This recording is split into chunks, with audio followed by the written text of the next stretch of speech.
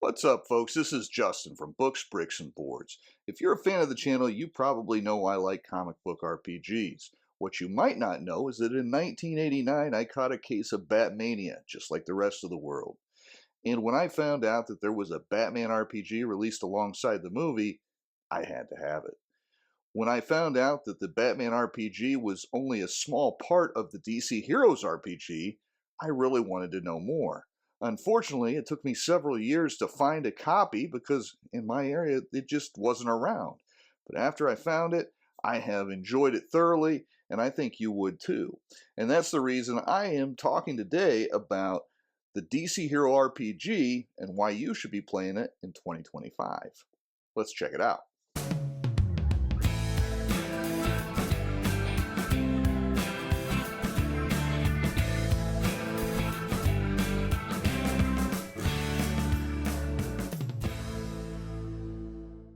If you are enjoying the content, please be sure to like, share, comment, and subscribe, as that will keep me responding to the Books, Bricks, and Board symbol when it hits the sky.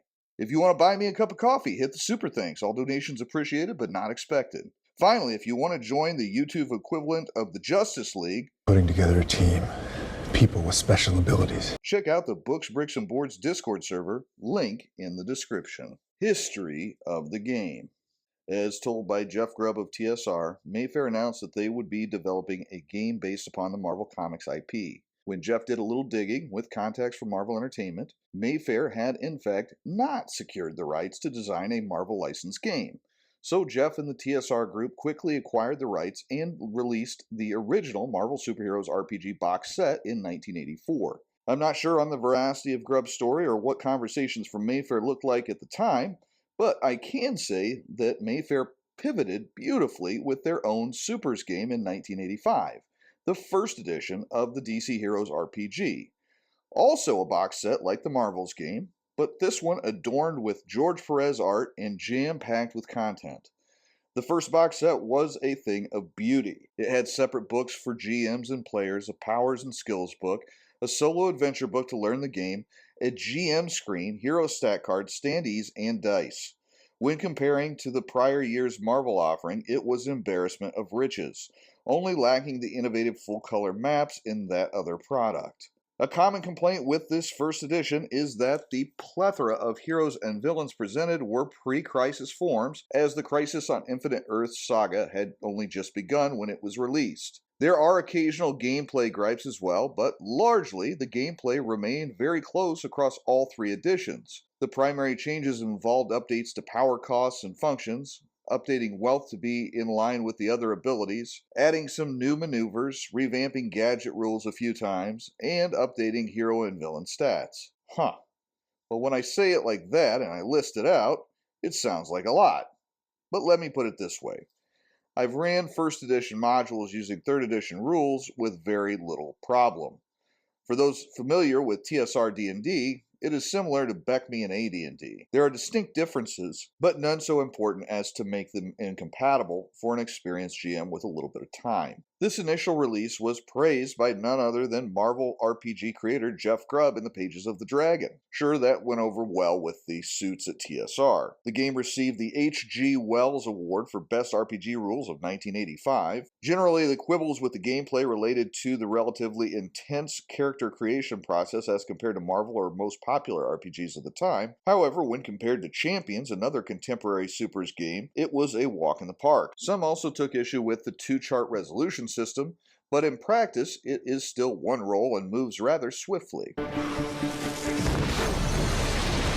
Mayfair released 40 different SKUs for first edition between 1985 and 1988, with numerous hero or faction-specific sourcebooks, modules, and my personal favorite, 3 solo module game books. Of those, they covered stories centered around Batman, the Wheel of Destruction, Jonah Hex, Escort to Hell, and Wonder Woman, Strangers in Paradise. With the rising tide of Batmania for Tim Burton's upcoming Batman film, Mayfair wisely introduced a trimmed-down product using a combination of first edition rules and improvements from the upcoming second edition game, as well as its own unique gadget rules. This last bit was of particular importance as the game was focused on street-level heroes whose characters would often rely on gadgets, not powers, to see them through. This was a single slim tome with less art, but it was also at a great price point. As a Batmaniac short on funds, this was perfect for me and was my introduction to the Mayfair system. While this is a complete game, it is not nearly so robust as the prior or subsequent box sets. And as I found out when my mom brought me some discounted DC Heroes RPG modules,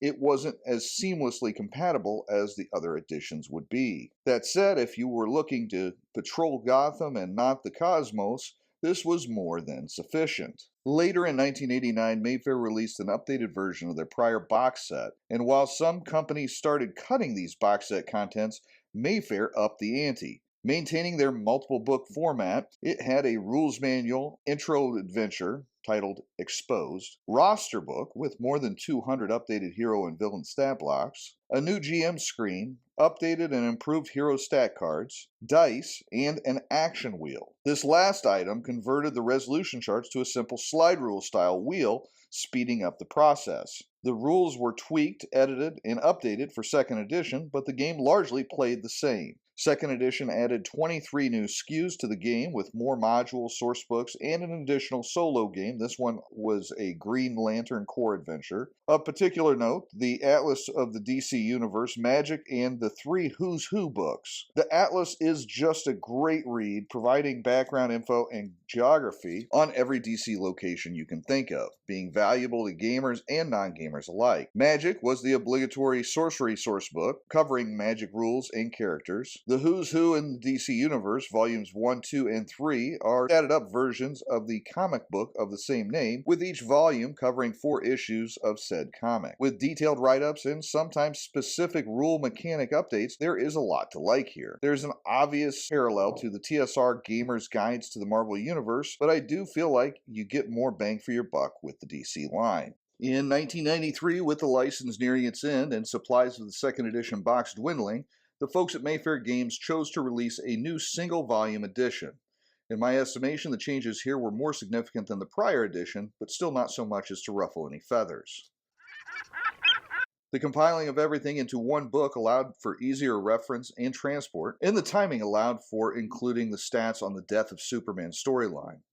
While a smaller number of heroes were given in this edition due to the page count, all the important ones are here, including a multiple page spread on the Batman from the never-released Who's Who in the DC Universe Volume 4. This edition also included my favorite version of the gadget rules, as well as the incredible Omni Gadget. Never before had a rule so perfectly modeled Batman's utility belt. The book had some great reference materials in the index, which gives GMs most of what they need in a couple of pages. The line unfortunately ended with 3rd edition only seeing a single added product, a technical manual. While the system would be licensed for 2 other RPGs, this was the end of the official DC Heroes RPG. But like Superman, you can't keep DC Heroes dead for long, and there is a large community of gamers supporting the game to this day. Of the websites, my personal favorite is DCHeroesRPG.com, which has a metric ton of materials. Beyond that, in late 2024, the unthinkable happened, as Cryptozoic ran a Kickstarter to reprint a huge portion of the line, including all the core rules for all 3 editions. Faithful recreations, warts and all, with an estimated delivery of later this year. With retailer options included, this will hopefully allow an entire generation to experience this great game for the first time. Of particular note, Cryptozoic announced backers will receive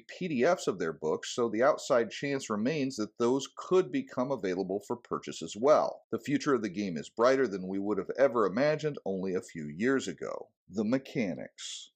This system used for all 3 editions and the Batman RPG is what has lovingly been dubbed MEGS, the Mayfair Exponential Game System. The system revolves around a universal measurement unit called an attribute point, or AP. Everything is measured in APs: distance, time, weight, information, speed, even wealth, after 1st edition at any rate.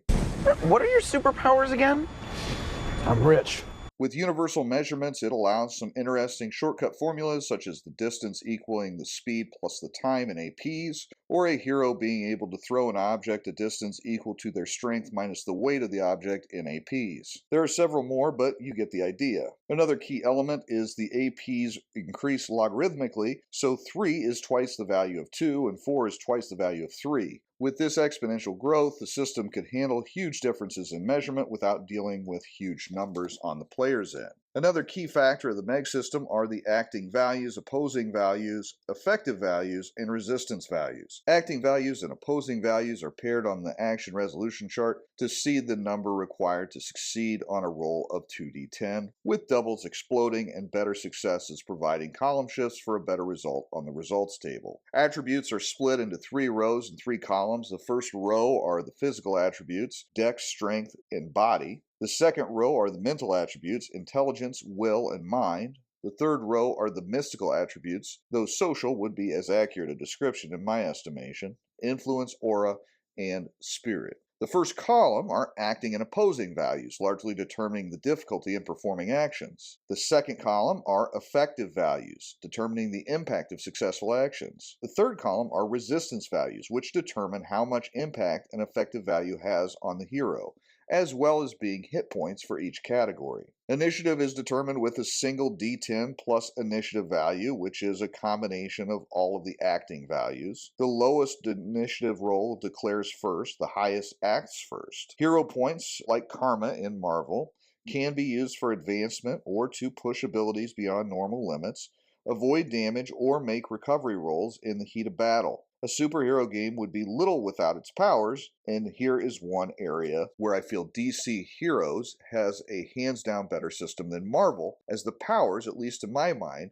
are all clearly defined as to how they work, and because they use the same AP measurement as everything else, they are extremely easy to compare and resolve. Characters can also gain skills to perform specific tasks, with unskilled use being subject to significant penalty. Additionally, heroes can have advantages and drawbacks, which can define a variety of immeasurable benefits or penalties. Character creation is a complicated affair, referencing cost factor tables with lower or higher costs determined by the relative usefulness of what you invest in, though once it is fully understood, you can create any character you can imagine. During play, heroes are bound by their motivations, and all heroes are highly discouraged from participating in killing combat, as doing so prevents them from gaining hero point rewards.